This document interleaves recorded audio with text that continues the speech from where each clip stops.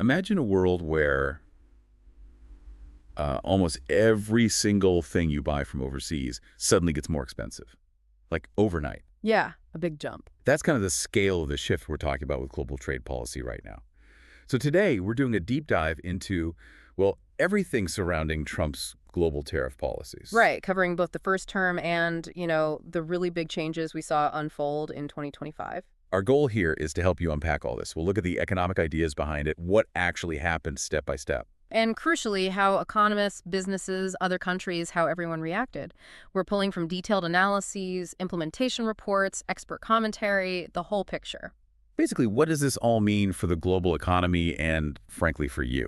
Okay, let's unpack this first. What's the core thinking, the philosophy maybe behind these tariffs? Well, fundamentally, the approach is openly protectionist and very focused on this idea of reciprocity. Reciprocity. Meaning the argument is that large U.S. trade deficits, importing way more than we export, show that other countries are basically taking advantage of the U.S. market. So the thinking is kind of treat us like we treat you.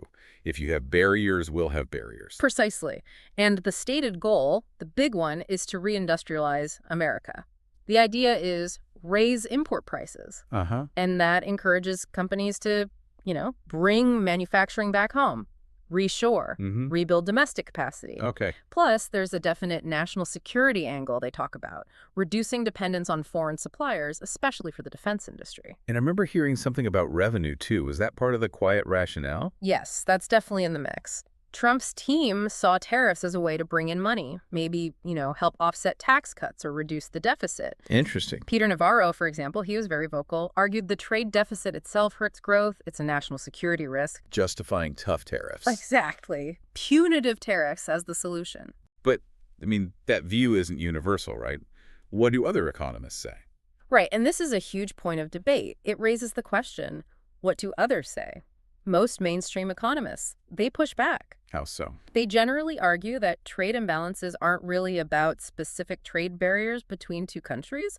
They're driven by bigger macroeconomic things. Like what? Like a country's overall savings versus its investment rate, fundamental economic structures. Oh. And they argue that high tariffs, in the end, actually hurt your own economy. They raise prices for consumers, can slow down growth. It's a real fundamental disagreement on how trade works. Okay, so with that rationale, that philosophy in mind, how did it actually start? How did these policies first play out during his initial term? What were the key moves? Well, the first really big ones landed in March 2018. That was the 25% tariff on steel imports and 10% on aluminum. And the justification there was?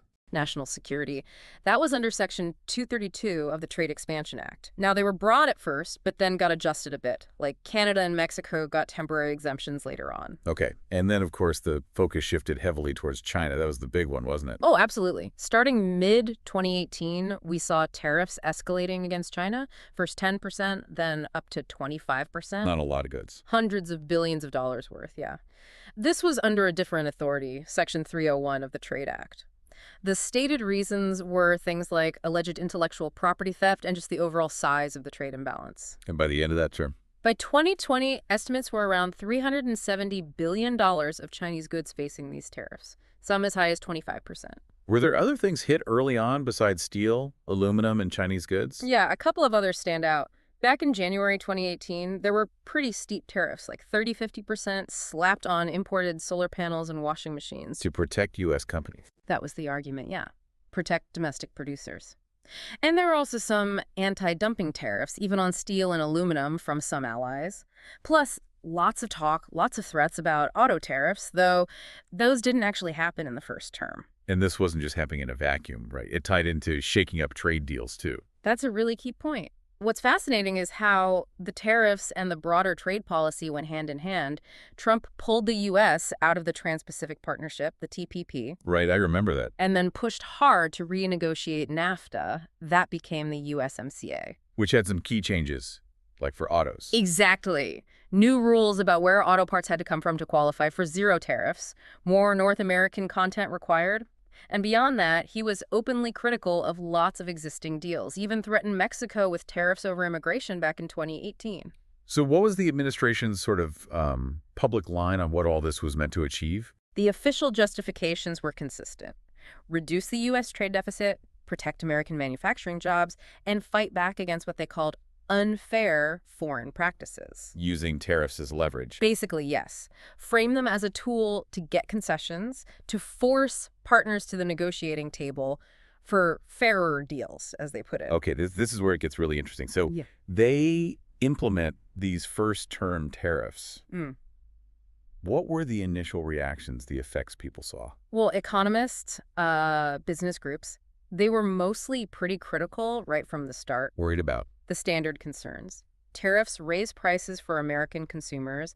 They could slow down overall GDP growth. And importantly, they'd provoke retaliation. Like the retail industry. Yeah, they were very vocal, explicitly warned these tariffs would, quote, hit every family's budget and could even destabilize the U.S. economy. Strong words. And did that retaliation happen? Did trade partners hit back? Oh, absolutely. Just as predicted. China, the EU, Canada, others, they responded pretty quickly with counter tariffs. On what kind of U.S. goods? Often politically sensitive stuff. U.S. farm goods were a big target. Soybeans, pork. Right. Now, it's fair to say some U.S. manufacturers, especially in steel, did see benefits. They reported higher output, some new investment. The administration pointed to, millions in new investment in jobs in the metal sector. But overall? Overall, most independent studies, like one from the Peterson Institute back in 2020, they generally found the tariffs were a net negative for the economy. How so? They might have boosted prices and income a bit in those protected sectors, like steel. But those gains were offset by higher costs for consumers and for all the businesses that use steel and aluminum. So, a net drag. Okay, let's fast forward. We get into 2025, early in the second term, and things seem to escalate dramatically. How did the tariff strategy change then? Yeah, dramatically is the right word. This is where the scope just explodes. The administration rolls out this huge global tariff overhaul. How did they justify such a broad move? They invoked the International Emergency Economic Powers Act, IEPA, declared a national emergency, specifically citing trade deficits as the emergency. A national emergency over trade deficits. Wow. Okay, and that led to this thing called Liberation Day. What exactly was that? Right. So first, on April 5th, 2025, a new 10% tariff hits almost all imports coming into the U.S., a baseline tariff. 10% on nearly everything. Pretty much. Then, just a few days later, April 9th, they layered on higher tariffs. These were called reciprocal tariffs, targeting specific countries. Which ones? Dozens of them, basically, the countries with the biggest trade deficits with the U.S. And that date, April 9th, was dubbed Liberation Day. Liberation Day. Okay, and you said this was the broadest tariff hike since the 1930s. Yeah, really major shift. So that baseline 10% is global, but then these extra reciprocal tariffs on top. Can you give us a feel for how high those went and who got hit? Sure. Beyond that 10% floor, these additional tariffs could range anywhere from, say, another 10% up to 50% or even more. Applied to about 57 countries identified as having the largest bilateral deficits. Including allies. Interestingly, yes. Even some countries that traditionally have low deficits with the U.S., like South Korea and Israel, were on the list. What about Canada and Mexico, our USMCA partners? They were treated a bit differently. Under the USMCA rules, goods that didn't comply with the agreement's rules could face a 25% tariff. But goods that were USMCA compliant remained tariff-free at 0%. Were there any products exempted from this whole new system, any carve-outs? Yes, there were some important exemptions, things like pharmaceuticals, semiconductors, energy products. Those were carved out. Also, anything that might fall under future Section 232 actions. And the existing Section 232 tariffs, like on steel and aluminum. Right. Those were kept separate from this new global system. And in fact, we saw new action there, too. A new auto tariff was announced in early April 2025, separate from the Liberation Day stuff. And then, just a couple of months later, June 2025, we saw those steel and aluminum tariffs go up again. Exactly, doubling down. June 3rd, 2025, the existing 25% tariffs on steel and aluminum were sharply increased to 50%. 50%. Same justification. Same justification. National security, Section 232. And they didn't stop there. The administration launched new Section 232 investigations into other big sectors. Like what? Commercial aircraft, heavy trucks, looking at whether imports in those areas posed a national security threat too? So beyond the big categories, the baseline, the reciprocal ones, steel, aluminum, autos, were other specific products targeted too. Yeah, the plan was really broad. Included potential tariffs and investigations on things like auto parts, lumber, copper, critical minerals, even seafood, a very wide net. And I remember something about a UK deal. Right. In May 2025, a U.S.-UK economic prosperity deal was announced. That could potentially change tariffs on things like cars and beef between the two countries. What about China in this second wave? China was definitely still a focus. In April, Trump initially talked about a 20% tariff, though that got revised. Then new 25% tariffs were imposed on certain specific Chinese imports. Like? Things related to fentanyl production, though some of those were later scaled back during negotiations. Yeah. It was a bit back and forth. So with all these massive changes, what's the administration saying now? What results are they claiming? Well, the White House line is still very much tariffs work. They point to certain reports, some industry-funded, some government, claiming the earlier 2018-21 tariffs boosted reshoring and didn't really cause much inflation. And Trump himself. He's claimed, though without providing specific evidence, that they collected tens of billions in tariff revenue with no inflation. But if you just connect this to the bigger picture, I mean, the change is stark. The average U.S. tariff rate before all this was really low, like 1–2%. Now you've got this blanket 10% on almost everything, plus these much higher rates, 25%, 50% or more, on goods from major trading partners. It means a huge chunk of imports, from stuff you buy every day to raw materials for factories, suddenly has these new duties. Okay, so what does this all mean? For the global economy, for us, how are people reacting, economists, businesses, other countries, to this huge overhaul? Yeah, that's the critical question, isn't it? Who really ends up paying for these tariffs, and what are the wider consequences we should expect? Let's start with the economists. We heard their initial reaction, but what about now with this massive 2025 escalation? Is it still the same view versus the administration's claims?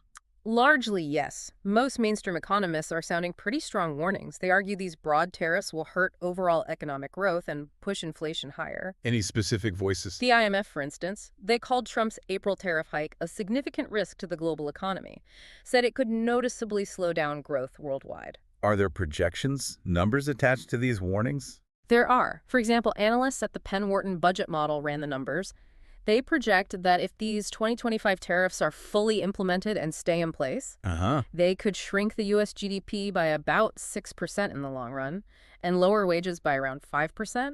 They even put a lifetime cost figure on it for the average household, something like $22,000. Yeah, 6% of GDP. That's huge. It is. And another study from PIIE, the Peterson Institute, again found similar things. Slowed U.S. growth, higher inflation, and maybe counterintuitively, it would particularly hurt U.S. manufacturing and agriculture, directly contradicting the administration's goals. So the idea that foreign exporters just eat the cost, economists are saying that's not really how it works. The pain comes back home. That's the consensus view, yes. Economists consistently emphasize that a large portion of the tariff cost is borne by U.S. importers and ultimately passed down to U.S. consumers through higher prices. But you mentioned the administration cites studies saying otherwise. Right. It's important to note there are other studies out there, often industry-funded or from government sources aligned with the administration, that claim the price effects from the first-term tariffs were limited and that they did spur some reshoring. So there is conflicting analysis. What about actual inflation numbers right now, mid-2025? Are we seeing a spike yet? That's actually quite interesting. As of May 2025, the official U.S. inflation rate was still relatively low, around 2.4%. It only ticked up slightly, like 0.1 point from April. So no immediate jump despite the tariffs. Factcheck.org pointed this out. They noted there wasn't much immediate price impact evident in the data, even though tariff revenues were hitting records in April and May. However, most economists expect a lag. They generally anticipate that prices will start to rise in the coming months as these higher costs work their way through the entire supply chain. It takes time. Okay, let's shift to businesses here in the U.S. Yeah. What's the reaction been like on the ground for American companies? It's definitely mixed, you could say, but the overall feeling seems to be leaning negative. Mixed how? Well, sure. If you're a U.S. steel producer, maybe you benefit in the short term from less foreign competition. But for many, many other industries, the warnings are about higher costs and, frankly, supply chain chaos. Can you give some examples of those concerns? Who's worried?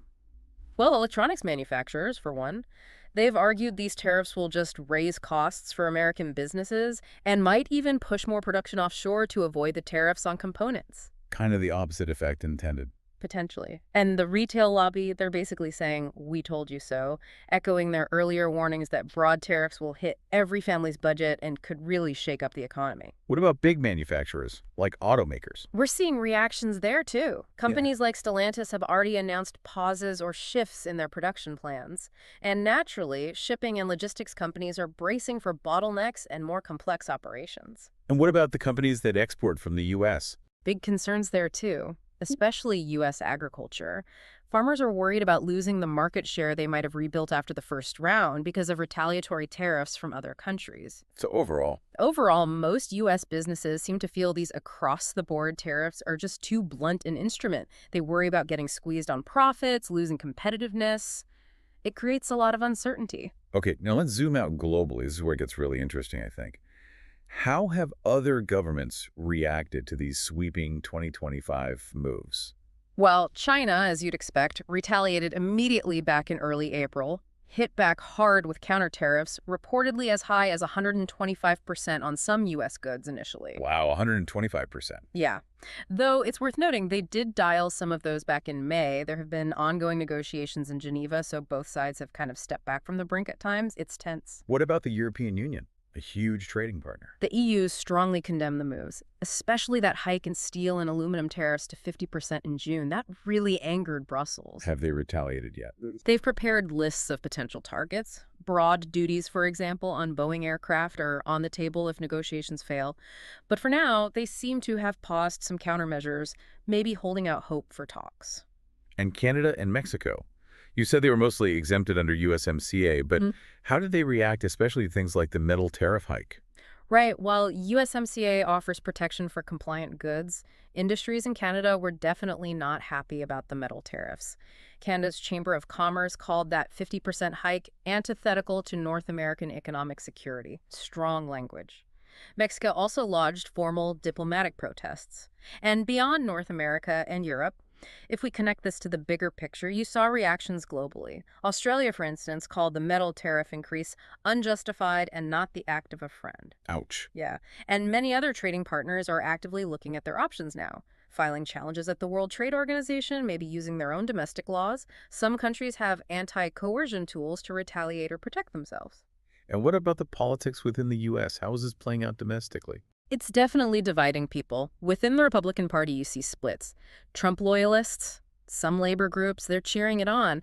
But traditional pro-business conservatives, they're worried. And many Democrats are criticizing the potential cost to consumers. Could Congress step in? There could certainly be battles over congressional oversight. And the courts are already involved. The U.S. Court of International Trade has been asked to rule on whether using that emergency power, the IEEPA, was actually legal for these broad tariffs. So legal challenges are underway. Okay, one last area. Supply chains. They've been through so much lately. How are these tariffs affecting those global networks?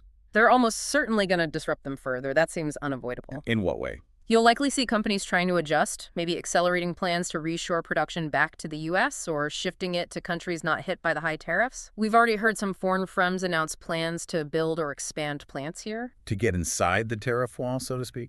Exactly. But conversely, U.S. companies that rely heavily on imported parts or materials, they're going to see their costs shoot up. And as we mentioned, shipping firms are warning about new bottlenecks and logistical headaches.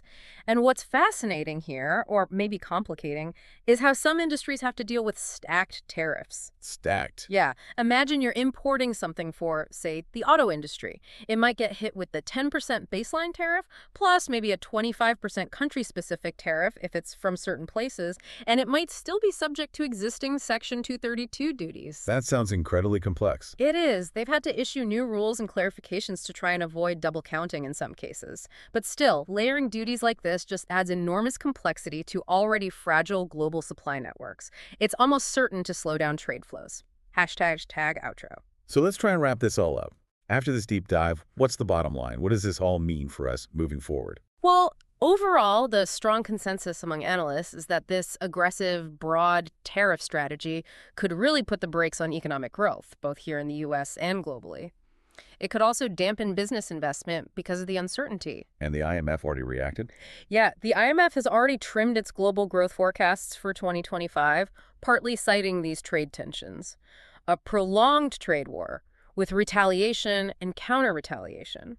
It risks keeping prices higher for consumers and producers here. More uncertainty. Exactly. More uncertainty, potentially job losses in sectors that depend heavily on exports. It's a significant set of risks. It really feels like a classic economic tension playing out on a massive stage, doesn't it? Protectionism versus free trade, domestic jobs versus consumer prices. It absolutely is, and you hear both sides clearly. Proponents argue, look, any pain is temporary. It's worth it for stronger U.S. industries in the long run. Plus, we get the tariff revenue. But the critics? Critics fear we're getting locked into a damaging cycle of retaliation that just drags down the whole world economy, with U.S. consumers and businesses bearing a lot of the cost. It's a really crucial debate with very, very real consequences for everyone, and maybe something to leave you thinking about. As you consider all this, think about how these policies aimed at reducing trade deficits and boosting domestic jobs, how they might fundamentally reshape things, not just the economy, but the actual products you buy, where they come from, the companies making them. What kind of long-term impact do you think the strategy of reindustrializing America, mainly through tariffs, will really have on things like innovation, competition, and maybe even global relations down the road?